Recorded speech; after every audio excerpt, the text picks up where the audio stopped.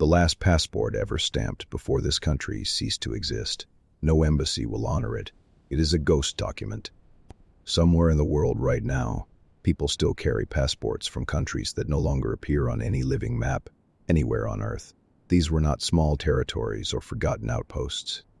These were real nations, with armies, currencies, constitutions, and millions of citizens living full, ordinary lives. And then, sometimes with war, sometimes with a handshake over champagne, there was simply gone, erased from the world's memory, like pencil marks on paper. Your grandparents may have been born in one of these places. They did not move. Their country moved. Underneath them, silently, while they were sleeping. What does it feel like to wake up stateless? To hold an identity card that no government recognizes? To love a country that no longer exists? These are questions that historians study. But they are also questions that real families carry quietly across generations, at dinner tables nobody else sees. Today we open every one of those locked doors. We walk through the most shocking national disappearances in modern history, and we ask what comes next. To understand how a superpower disappears, you must first understand what made it feel permanent, and why permanence, in history, is always the first dangerous illusion. The USSR spanned 11 time zones. When it was midnight in Moscow, citizens in Vladivostok were already eating breakfast, in an entirely different tomorrow altogether. It was the largest country ever to exist in human history, and yet, on December 25th, 1991, it was gone. Christmas Day, the empire simply resigned. Mikhail Gorbachev sat at a desk inside the Kremlin, signed a single document, and handed power to a country that technically did not yet fully exist. By midnight, 293 million people had been redistributed across 15 new countries. They had not moved. Their identities had been rewritten by people they never elected. The Soviet Union did not fall the way buildings collapse. It dissolved, like sugar dropped into warm water, slowly at first, then all at once completely. But perhaps the most haunting detail is this. The Soviet anthem played on state radio that same morning. Habit outlasted the empire by exactly 12 full hours. Yugoslavia was not a natural country. It was a political project, stitched together after World War I from 6 republics that spoke different languages and prayed differently.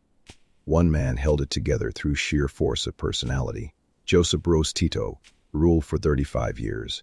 When he died in 1980, the thread began unraveling immediately. Unlike the Soviet story, Yugoslavia did not dissolve peacefully.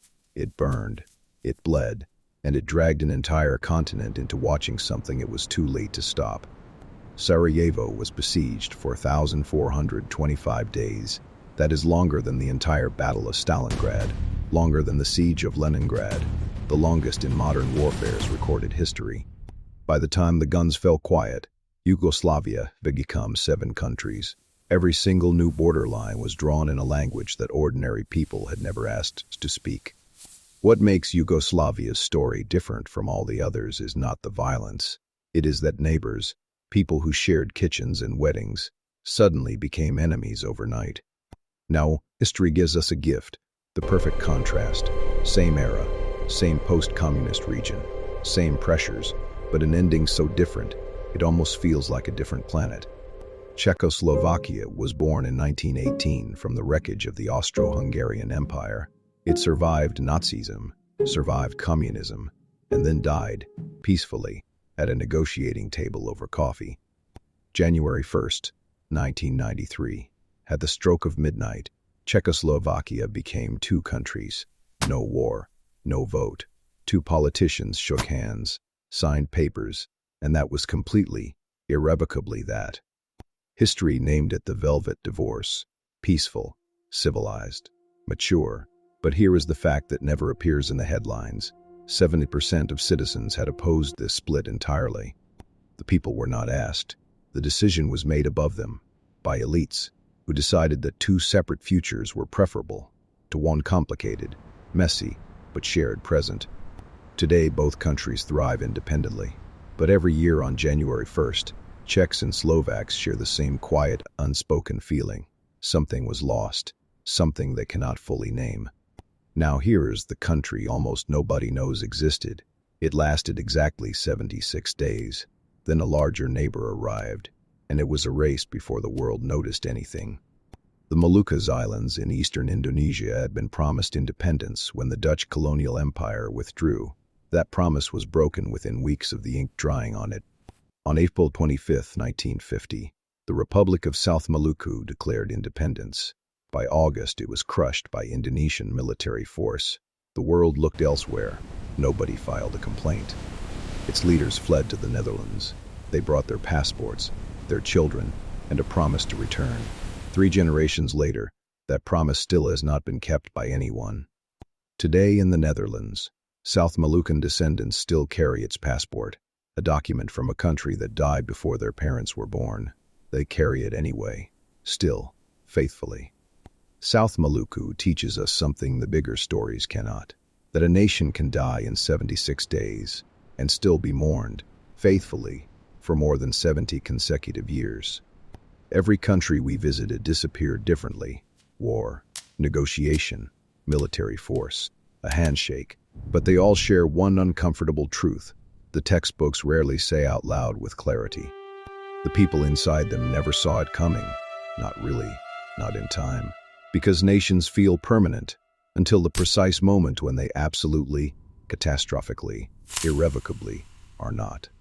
Nations do not disappear because they run out of people. They disappear when the shared idea holding millions together becomes weaker than the forces working to pull them apart. Historians call it state failure. Geographers call it dissolution. The people who lived through it used a simpler, far more devastating word.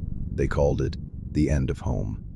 So here's the question that history books will not ask you. Which country on today's map is currently one bad decade away from ceasing to meaningfully exist? Scotland has voted on independence once and may vote again. Catalonia held an illegal referendum. Kosovo exists, but is not recognized by 100 nations. Taiwan is a different question entirely. We are not predicting these nations will disappear. We are simply noting they are places where the question of national survival is already being asked at kitchen tables every night. The countries we have already lost were not weak, they were not poor.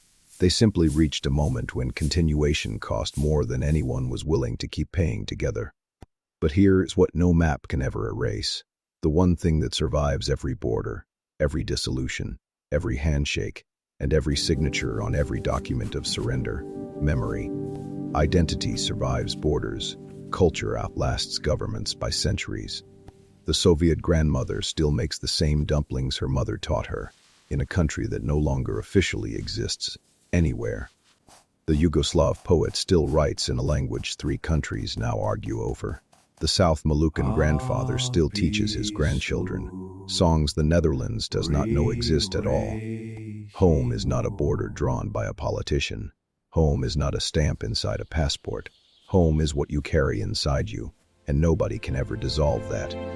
If this story moved you, share it with someone whose family came from a country that no longer exists.